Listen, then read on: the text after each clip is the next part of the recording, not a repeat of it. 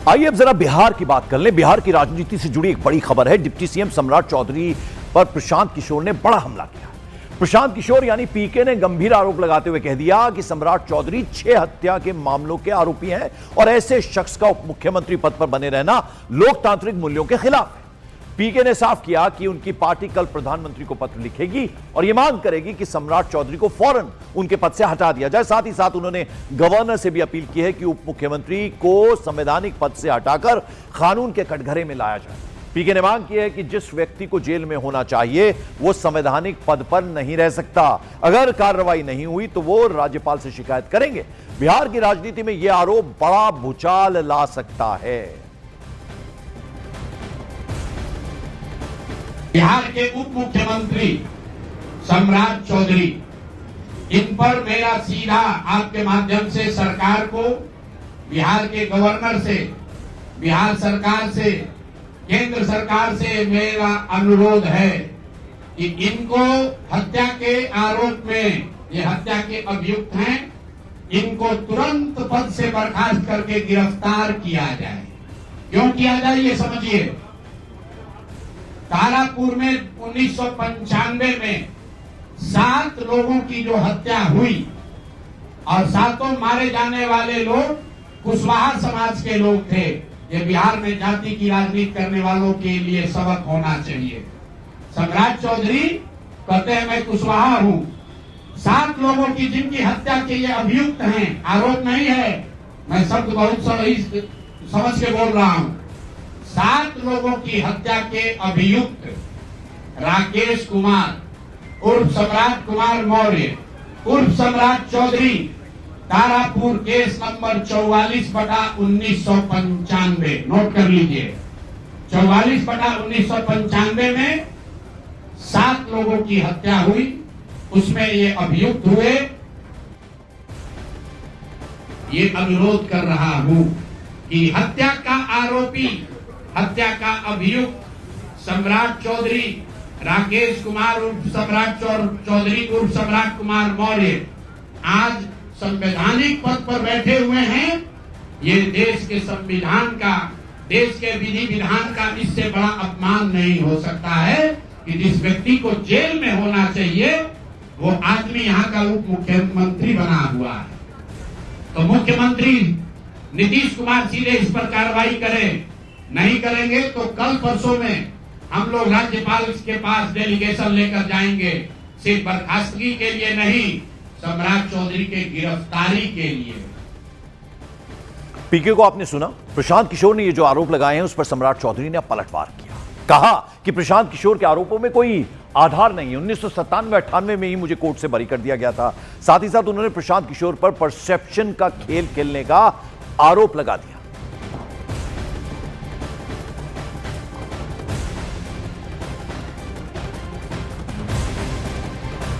तो आपने सुना, पीके ने आरोप लगाया सम्राट चौधरी पर, न केवल उन पर बल्कि मंत्री अशोक चौधरी पर फिर से बड़ा हमला कर दिया और कहा कि अगर अशोक चौधरी का इस्तीफा नहीं होता तो उनकी पार्टी अशोक चौधरी का घेराव करेगी और गवर्नर के पास भी जाएगी। इसके साथ ही पीके ने यह भी कहा कि अगर अशोक चौधरी अपना नोटिस वापस नहीं लेते तो मैं उन्हें 500 करोड़ की मानहानि का नोटिस भेजूंगा। साथ ही साथ उन्होंने हर कॉन्ट्रैक्ट पर 5% कमीशन वसूलने का आरोप भी लगा दिया है।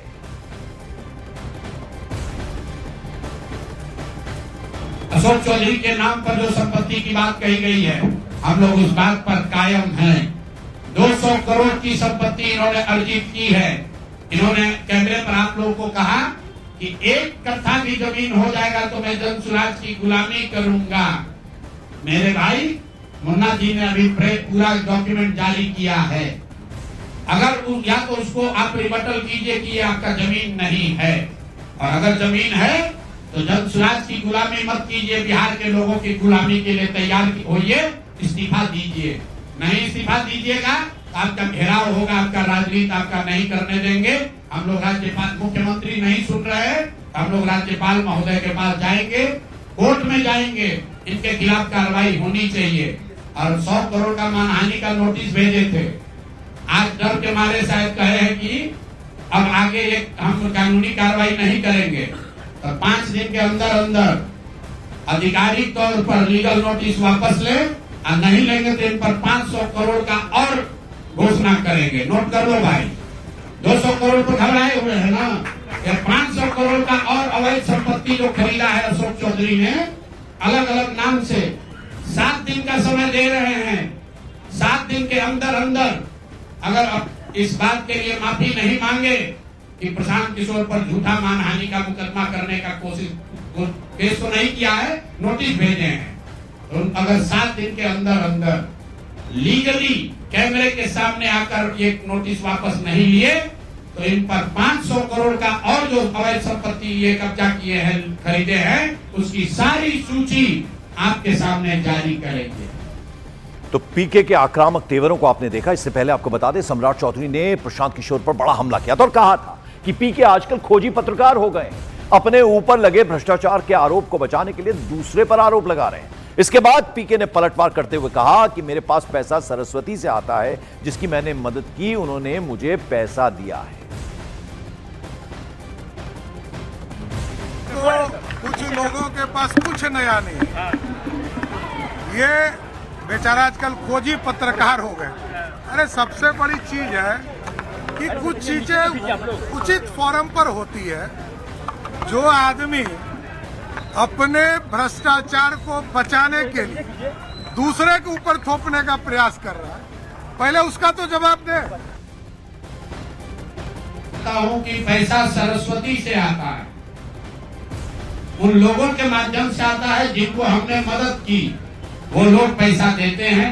क्योंकि बिहार में नई व्यवस्था बनाने के लिए किसी बालू माफिया, शराब माफिया, भ्रष्ट लोगों की मदद न लेनी पड़े, गरीब से गरीब व्यक्ति को भी अगर बिहार सुधारने के लिए जज्बा है, ताकत है, उसको चुनाव लड़ाया जा सके, इसके लिए जन सुराज के पास साधन होना चाहिए। आदमी हमसे सलाह मांगता है, हमने जीवन में कभी किसी से फीस नहीं लिया, लेकिन जब बिहार का अभियान शुरू किए तो ये तय किया अब हम फीस लेंगे क्योंकि हमको समाज के लिए पैसा चाहिए। तो जैसे जैसे चुनाव नजदीक आ रहे हैं, बिहार में एक दूसरे पर हमले भी तेज हो गए। बिहार की सियासत में एक बार फिर से बयानबाजी का दौर तेज हुआ है। प्रशांत किशोर ने आरजेडी और तेजस्वी यादव पर निशाना साधते हुए बड़ा बयान दे दिया। उन्होंने कहा कि अगर तेजस्वी यादव किसी तरह का खुलासा करने की बात कर रहे हैं तो उन्हें अपने मामा, माँ बाप और पूरी की पूरी पार्टी के बाहुबलियों और भ्रष्टाचारियों का नाम भी सामने लाना चाहिए। पीके ने चुटकी ली और कहा कि वो आरजेडी पर क्यों नहीं बोलते, ये पूरा बिहार जानता है। उनके मुताबिक आरजेडी के नेताओं की असलियत सबको मालूम है और ऐसे में चोर के बारे में उन्हें कुछ नया कहने की जरूरत नहीं है। उन्होंने साफ कहा कि ये लोग चोर हैं और इसके बारे में पूरा बिहार और पूरा देश जानता है। बिहार की पॉलिटिक्स में इस बयान को लेकर अब हलचल तेज हो गई है, माहौल और ज्यादा गरमाने की उम्मीद हो गई है। तो अगर सूची बनाएंगे तो सबसे पहले तो अपने दोनों मामा का नाम लिखना पड़ेगा, साधु यादव, सुभाष यादव। उसके बाद अपने माता पिताजी का नाम लिखना पड़ेगा। जब चारा चोरी के मामले में लैंड फॉर जॉब में जाने कितने लोगों का जमीन लिखवा लिए उसके मामले में। उसके बाद तेजस्वी यादव का वो अपने उन जिला के राजद के बाहुबली नेताओं का नाम लिखना पड़ेगा जिन्होंने अपराध, अपहरण, जमीन रंगारी, हत्या के आधार पर अपना साम्राज्य खड़ा किया है। इस बीच बीजेपी सांसद संजय जायसवाल ने प्रशांत किशोर के लगाए गए आरोपों पर पलटवार किया और अपने ऊपर लगाए गए सभी आरोपों को खारिज कर दिया। आरोप लगाया कि मैंने डीजल और पेट्रोल का नगर निगम में बहुत बड़ा घोटाला किया, जबकि इसी वकालतनामा में वो लिखते हैं कि पेट्रोल पंप आपका नहीं और आपके भाई का है। दुनिया में ये इतने बड़े मूर्ख हैं कि अगर आप इंडियन ऑयल के वेबसाइट पे चले जाइए तो कोई भी 1 सेकंड में जान सकता है कि पेट्रोल पंप किसका है। आज तक वो इतनी साधारण बात भी नहीं जान सके कि पेट्रोल पंप किसका है। कभी मेरा बात किया, कभी मेरे भाई का बात किया, जबकि दोनों गलत है। खैर, उससे मतलब नहीं है, मतलब इल्जाम से। और आपको बता दें कि किस तरह से प्रशांत किशोर जो हैं वो जो हमले कर रहे हैं उनका जवाब दिया जा रहा है। जनसुराज नेता प्रशांत किशोर को निशाना बनाते हुए सड़कों पर अब पोस्टर लगा दिए गए हैं और इन पोस्टर्स के जरिए प्रशांत किशोर पर हमला बोला गया है। बिहार में कुछ ही दिन बाद विधानसभा के चुनाव के तारीखों का ऐलान होना है, लेकिन उससे पहले पोस्टर के जरिए वार और पलटवार का दौर जारी है और एक नया पोस्टर लगा है आरजेडी दफ्तर के ठीक सामने, जिसमें प्रशांत किशोर के ऊपर उंगली उठाया गया है। तस्वीरों में भी आप साफ तौर पर देख सकते हैं किस तरह से जो पोस्टर लगा है, इस पर लिखा है भ्रष्टाचारी, अपराधी और दुराचारी का गढ़ है जनसुराज। और प्रशांत किशोर की बड़ी तस्वीर के साथ नीचे लिखा है चारा चोर से भी बड़ा चोर प्रशांत किशोर, जनता से चंदा के नाम पर ठगा पैसा 32 करोड़, पाटलिपुत्र कॉलोनी में खरीदा जमीन। और दो तस्वीर और इसमें लगाई गई है, जिसमें एक तरफ किशोर मुन्ना, इनको अपराधी बताया गया है, तो दूसरी तस्वीर है रामबली चंद्रवंशी, जिनके ऊपर दुराचार का आरोप है। और ये दोनों जो हैं वो जनसुराज के एक तरह से मुख्य स्तंभ हैं। और इस पोस्टर के जरिए सीधे तौर पर प्रशांत किशोर पर हमला बोला गया है। कुछ दिन पहले ही प्रशांत किशोर ने प्रेस कॉन्फ्रेंस कर बिहार के मंत्रियों पर यह